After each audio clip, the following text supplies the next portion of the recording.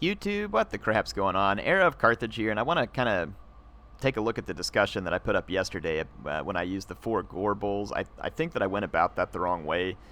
What I was really trying to get at there, and I did a poor job of staying focused because I think I had the gore bulls, and people got distracted by the fact that the gore bulls were fighting swordsmen, and of course they're good versus swordsmen and all that kind of stuff, and then my conversation around it probably wasn't the best. So here I am, take 2. Going to try and do this right.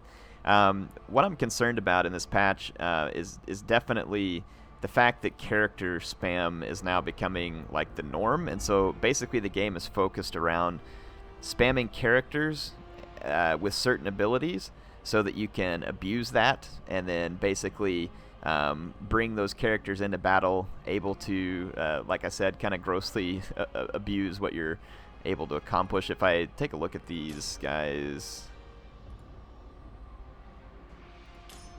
that's funny. I tested this a minute ago, and all my guys had Blood Roar, even though I don't have it selected here. So that's kind of weird. Anyway, so I've got all of these Amber Wizards, and basically they're all set up. I've turned off some of their abilities that cost more in order to make these guys more cost-effective. So I'm spamming Amber Wizards. I've got Karl Franz here, and I've got him decked out with Deathclaw, and I didn't bring like his crazy expensive abilities. I've got units to keep on the ground. I'm going to be able to spawn up to 4 Feral Manticores, so I can have up to 9 flying units here that are going to be able to just pound into the enemy. I've given the AI an army that is fairly reasonable. They've got Lore of the Little Wa here, so they can support infantry against the Empire. That makes sense. They would be able to make their cavalry stronger versus demigryphs. They've got Goblin Wolf Riders to go after gunners or crossbows or artillery or anything like that that the Empire might bring. Grimgore's there to help pound away and support Orc Boys, while the Biggins should be free to run on the flanks. Now, will the AI use it that way?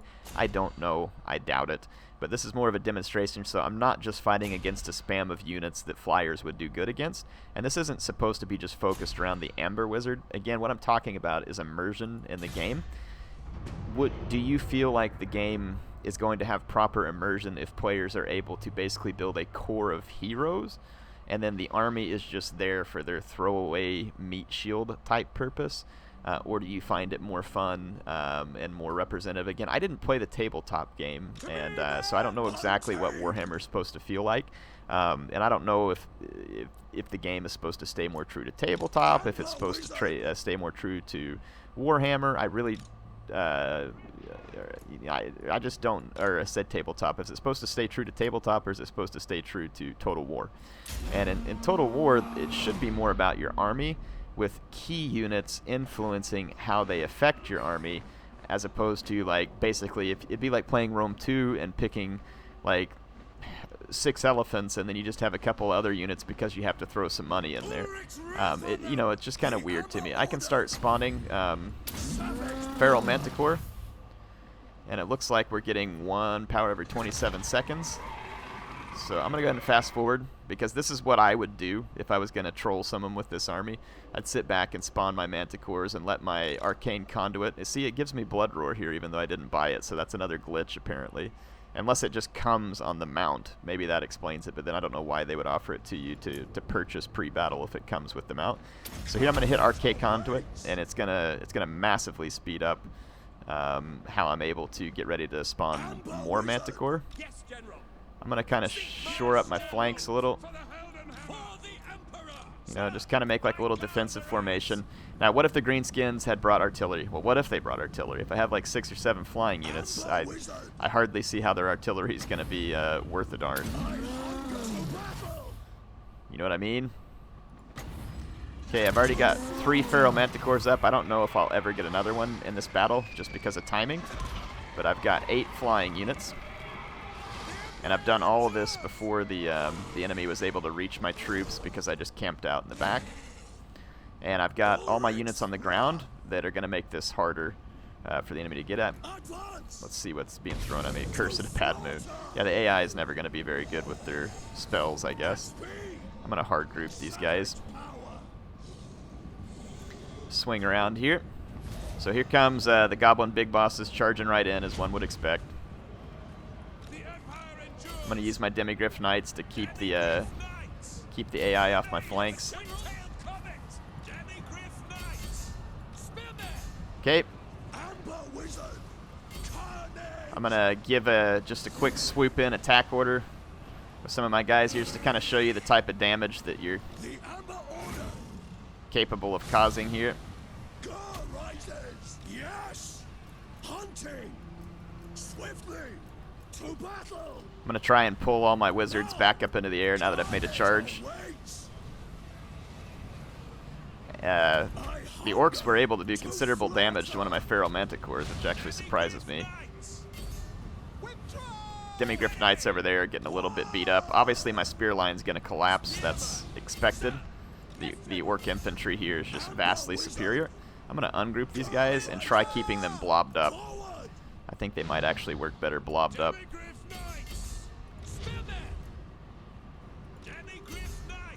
See, my demigryphs are causing a lot of trouble for the AI. Let's get on my flyer units, and like here's a nice little juicy blob here.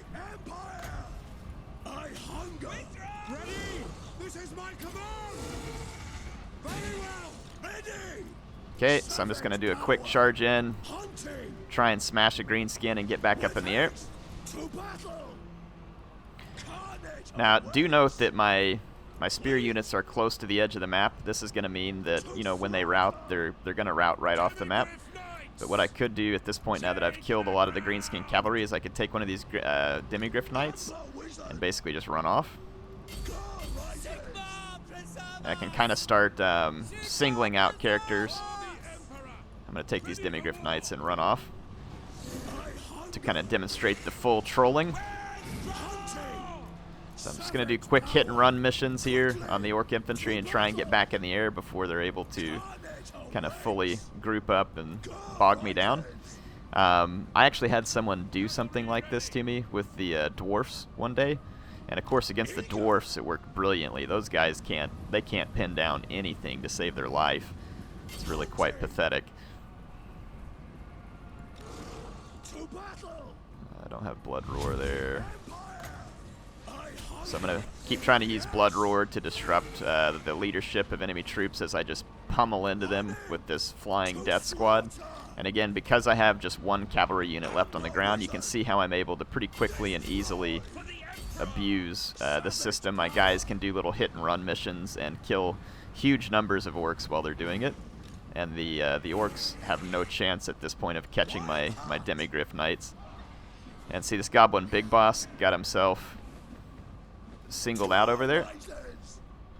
So I was able to quickly dispatch him. You can see that he died near instantly from the charge of all those units. So this death squad's pretty good at singling out units. And again, see here how I can kind of just split up my remaining units on the ground, and see when the orcs get spread out like this. See this big un unit here? It's out on its own. That goblin big boss is out on its own. I can just charge in really quick. I'm going to destroy the big un. I can give another charge order while all the big uns are on the ground, and I can come over here and lay waste to the goblin big boss. And I'm able to basically just troll and repeat here. And again, I know a player's going to bunch up, but this works pretty well even when a player doesn't bunch up. I mean, actually, if you bunch up, it just makes my charges that much more devastating. And whenever I fought against this, I even had quarrelers, which is a great counter to, you know, a flying unit. Again, I'm not talking about this particular build. I'm just trying to give you an example of I had a pretty diverse army that was really meant to be countering multiple different potential builds that it was coming up against. And it was still fruitless because these guys could just knock me over and keep charging and keep coming. So I understand the AI is never completely optimal for testing, but then again, when you play against a player, they're never going to behave the same every time. But you see right there, Blood Roar charged in. I can easily turn around the other direction. I've decimated an orc boar unit, and I just have to rinse and repeat basically until Kingdom Come with this particular strategy. And all I have to do is make sure they never get to my spearmen or my demigryph, and I can use my little hero spam here to troll the orcs to death basically. So again, Blood Roar, charge in, smash orcs, orcs rout, pull out in the same direction. So as long as you as long as you pretty much were to clear out any enemy cavalry, it doesn't even matter if they have anti-large units. It doesn't matter if they have missile units. Like you can just go and go and go like this. If your guys are tired, I can sit here and rest. The orcs would have to go chase down my 1 spearman or my 1 cavalry, and like I said, if you're able to deal with that, which is pretty easy when you have this many units around. Let's see if Arcane Conduit can get me another Manticore here, because I could have done that sooner, but let's just see whether or not I control this to the extreme and get yet another Manticore here late in the game. And I very well might be able to, based on what I'm seeing.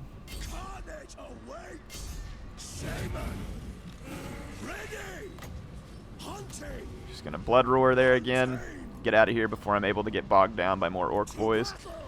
So basically we're able to charge in and decimate this Biggin unit, and I'm easily back up in the air, and I now have enough magic to spawn up another Manticore.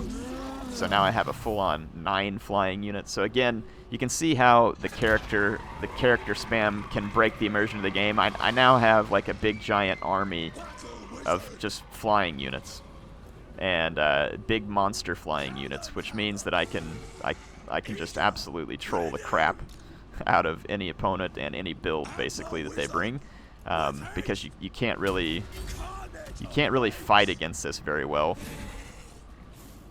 I'm going to come down here and show you how quickly I can kill a Night Goblin Shaman with all these guys charging in. So the Night Goblin Shaman's pretty much gone in a single fell swoop there. Gets routed. Again, just get all my guys back up in the air, and the AI has to just continue to try and pin me down, which I promise you is hard even if you're not the AI.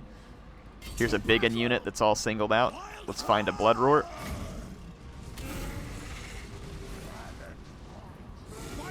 So there we go. Absolutely destroyed the Biggin unit near instantly. So again, we'll just get back in the air. There's another orc boy. I can just use charges sometimes rather than running away, and sometimes the charge will get your units out of combat better than anything else. So you can see that those orc Biggins routed, and I can now flee easily because they're no longer tying me to the ground. It looks like one of my Amber Wizards got caught by the Biggins here, but it's not going to be that hard to get them loose. There we go. So my Amber Wizard will get right back in the air. I can turn around, Blood Roar. So now this unit's going to lose 8 of its leadership, plus get charged by all the monsters.